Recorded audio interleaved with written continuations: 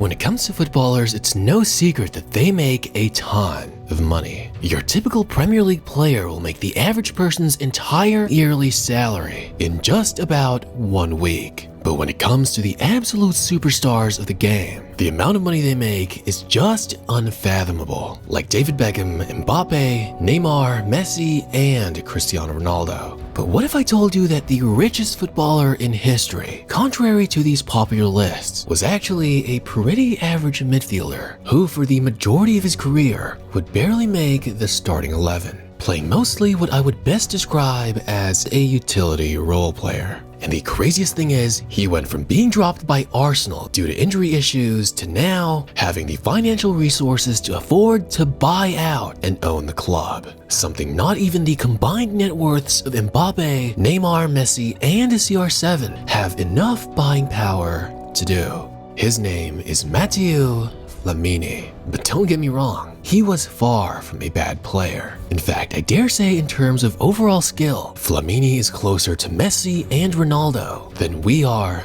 to him. But in order to understand just how he managed to become not only the richest footballer in history, but one of the richest athletes of all time, surpassing even basketball great Michael Jordan in net worth, you have to look at his humble and seemingly boring career to watch how everything fell into place. Because as early as 8 years old, the French prodigy was already scouted to play under the Youth Academy of Marseille, playing with them all the way until he would be promoted onto their first team. But despite the club keeping him around for over a decade, upon moving up to the first team, he'd only make a brief 14 appearances throughout only a single season in Ligue 1. But this is when Arsenal would take the opportunity to sign the 20-year-old midfielder. During his initial seasons with Arsenal, although he wasn't the fastest, most skilled, or most technical midfielder, most of all, he showed versatility and hustle. While he started a very few number of games and frequently served as a substitute, Flamini's adaptability, work ethic, and passion were unmatched. He'd made 32 appearances in his very first season, mostly coming off the bench, but nevertheless contributed to Arsenal lifting the 2004-2005 FA Cup. And despite never really securing a permanent starting role, every time he got subbed on, especially when it came to pressing and playing a more defensive role, Flamini was like a hound on the midfield, never messing around and never taking his foot off the gas. And for that, Arsenal fans absolutely loved him. And despite only scoring 8 goals in 153 appearances for the club, each of them were quite special. And even though he was never really a starter, he still made a considerable amount of appearances, building a partnership with Cesc Fabregas in the midfield, especially in their 2005-2006 Champions League runner-up season. It wouldn't be until his 4th and final year with Arsenal that he would really get the chance to finally be included in the starting 11. But it was also that same season where he would suffer a major knee injury, ultimately resorting to Flamini and Arsenal parting ways. But despite the injury, Flamini was still the type of reserve or backup player that any club would love to have. And thus AC Milan would see that value and decide to sign him. But in Italy, he was forced to change his play style considerably, going from a central midfielder to playing more of a defensive midfield role and even occasionally having to play as a right back. But that was perfectly fine with his personality, because Flamini would do whatever it took to win and make the biggest impact, even if it wasn't the playstyle or position he was comfortable with most. In his 5 seasons with Milan, Flamini would only manage 8 goals in 123 appearances, but did manage to win a single Serie A title along the way. However, in his 4th year during the 2011-2012 season, he'd suffer yet another serious knee injury, having to undergo surgery and putting him out for the entire season, causing his future outlook with AC Milan to lose a lot of traction, resulting in the eventual expiration of his contract. But as a free agent, Arsenal would bring him back once more, albeit with significantly lower wages than he used to receive, going from £100,000 a year to only £60,000 a year. Yeah, I know that's still a ton of money. However, at the same time, he would come back with a much bigger role for the club, finally making regular appearances in the starting 11. And it was during his second spell with Arsenal that fans would really love and appreciate his style of play, because Flamini was an absolute warrior on the pitch. With his all-black boots, the man was strictly about his business. He didn't care about the limelight, but gave 100% of pure hustle, aggression, and work rate.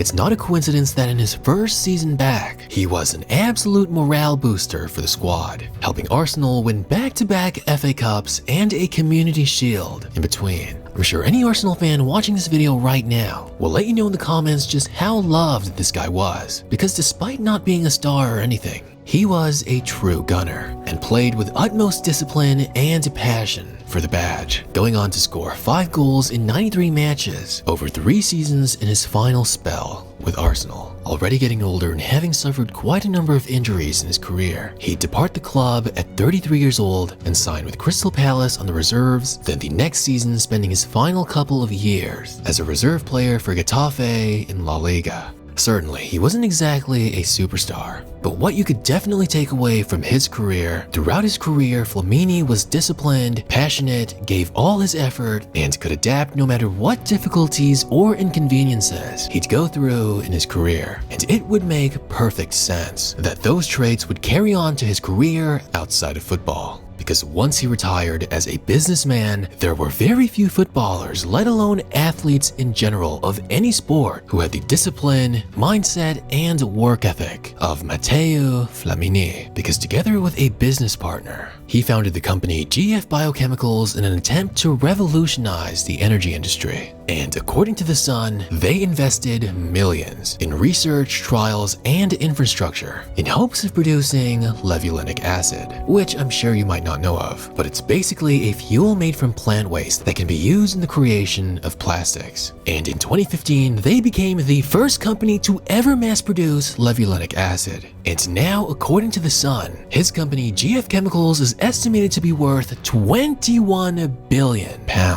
as levulinic acid is incredibly valuable, used to replace oil in the manufacture of pharmaceuticals, plastics, cosmetics, and many more uses. That means if he sold his company, this guy could buy every single club he's ever played for. Seriously. And if he did, technically nobody could stop him from lacing his boots one more time and doing whatever he wants. But no, he's not going to do that. Because in his words, as a child, I had 2 passions, football and sustainability.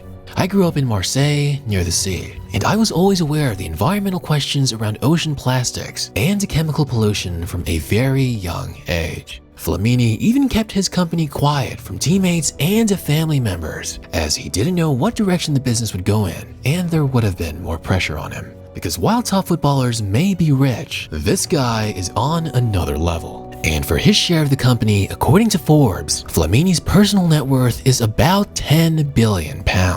Now that doesn't mean he has £10 billion in the bank, but the amount of shares he holds in GF Biochemicals is absolutely insane, owning roughly 60% of the Paris-based biochemical company. But while he might not buy the club just to be able to put himself in the starting 11, that doesn't mean he's not interested in becoming a club owner. He might have put away his boots permanently, but he's actually teased about potentially owning a club in the future, saying, "Obviously those clubs, Arsenal and Marseille, have a special place in my heart.